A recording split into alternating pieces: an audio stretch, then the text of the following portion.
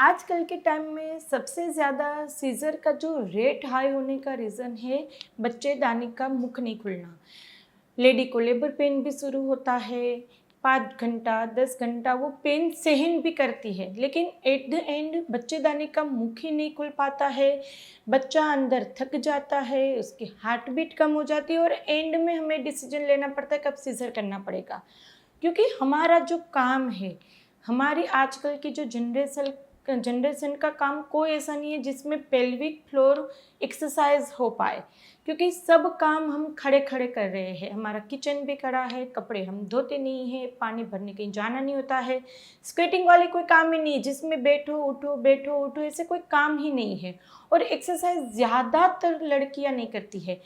Pregnancy के दौरान भी काफ़ी बार हमें ऐसा जो सुनते हैं अपने पेशेंट, जब 8वें महीने में हमारे पेशेंट जब नॉर्मल डिलीवरी के लिए अपॉइंटमेंट लेते हैं, तो जब हम पूछते हैं आपने एक्सरसाइज की, तो वो वही बोलते हैं कि हमें ये डर लगता है कि कहीं जल्दी डिलीवरी ना हो जाए। तो 8वें महीने के बाद एक्सरसाइज करना शुरू करेंगे या 9वें महीने में एक्सरसाइज करना शुरू करेंगे। तो बच्चेदानी का मुख नहीं खुल पाना वो सबसे ज़्यादा एक मेन रीज़न बनता जा रहा है हमारा सीज़र का और नॉर्मल डिलीवरी नहीं होने का।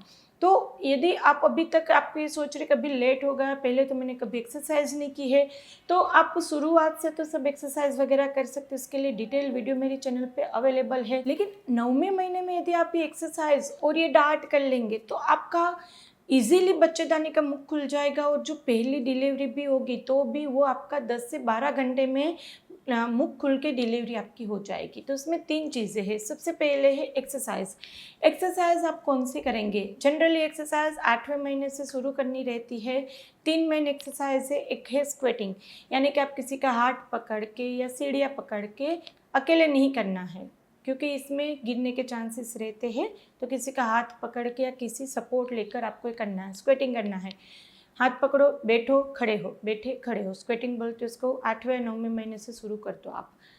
और वो आप कितनी देर करेंगे जैसे आपकी कैपेसिटी। यदि कभी नहीं की है तो 10 से शुरू करो, सुबह में, दोपहर में, रात में, इस तरह से आप अलग अलग सेट में कर सकते हैं। दूसरा रहता है डक वॉक। डक वॉक यानी कि जैसे आप पोछा लगाते, झाड़ू पोछा लगाते, वैसे इंडियन टॉयलेट की पोजीशन में बैठिए, फिर उसको धीरे धीरे चलना है। डक वॉक बोलते इसको। डक वॉक आपको करना है, वो भी सेम सुबह में करिए, रात में करिए, जितनी आपकी कैपेसिटी। तीसरा है आपको ऐसे इंडियन टॉयलेट की पोजीशन में बैठना है, उसको मलासन बोलते हैं। बैठिए, थोड़ी देर बैठिए, फिर सोफे पे बैठ जाए, ऐसे ज़मीन पे बैठ जाए, वापस से इंडियन टॉयलेट की पोजीशन में बैठिए, फिर वापस से आप बैठ जाओ। इस तरह से 5 बार करो, 10 बार करो, सुबह, दोपहर, रात में 3 बार करनी है।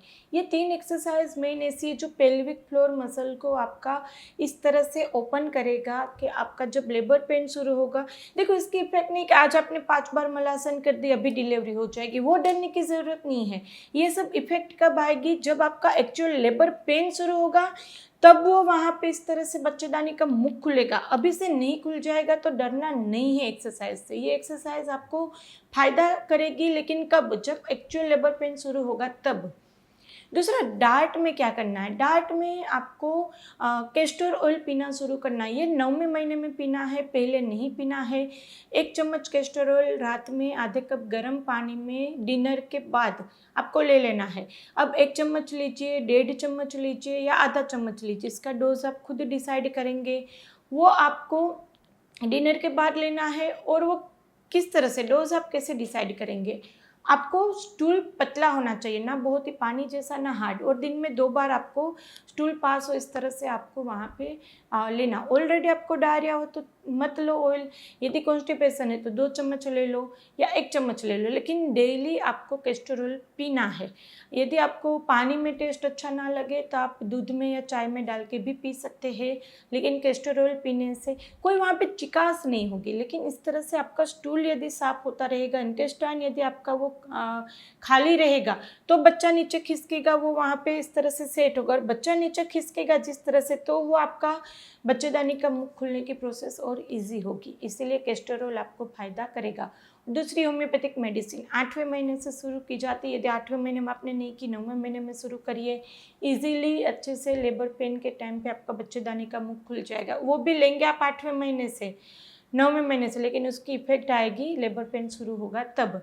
तो ये 3 चीज़ें मिलके बहुत अच्छे से हमारे जितने भी पेशेंट रहते हैं तो वो इजीली वहाँ पे विदिन 8-10 घंटा 12 घंटे में उसका लेबर पेन ख़त्म होके बच्चा इजीली आ जाता है। तो वहाँ पर आप भी ये मेडिसिन लेना चाहते हैं, डिस्क्रिप्शन बॉक्स में नंबर है, वहाँ से आप अपनी मेरी टीम को ये मैसेज करेंगे कि मुझे अपॉइंटमेंट चाहिए नॉर्मल डिलीवरी के लिए, आगे आपको वो गाइड कर देंगे। वीडियो ज़्यादा से ज़्यादा शेयर करना, क्योंकि हम चाहते हैं कि नॉर्मल डिलीवरी के रेट बढ़े और इजीली हो जाए, लेडी परेशान भी ना हो, इजीली वो जो पेन सहन करता है उसका फ्रूट आके वो आपका बच्चेदानी का मुंह खुल जाए। तो आपको वीडियो पसंद आया तो ज़्यादा से ज़्यादा शेयर कीजिएगा, लाइक कीजिएगा, और अभी तक सब्सक्राइब नहीं किया तो कर लीजिए, आपके लिए बिल्कुल ही फ्री है। फिर मिलते हैं नए वीडियोज़ के साथ, तब तक के लिए stay healthy stay happy, bye.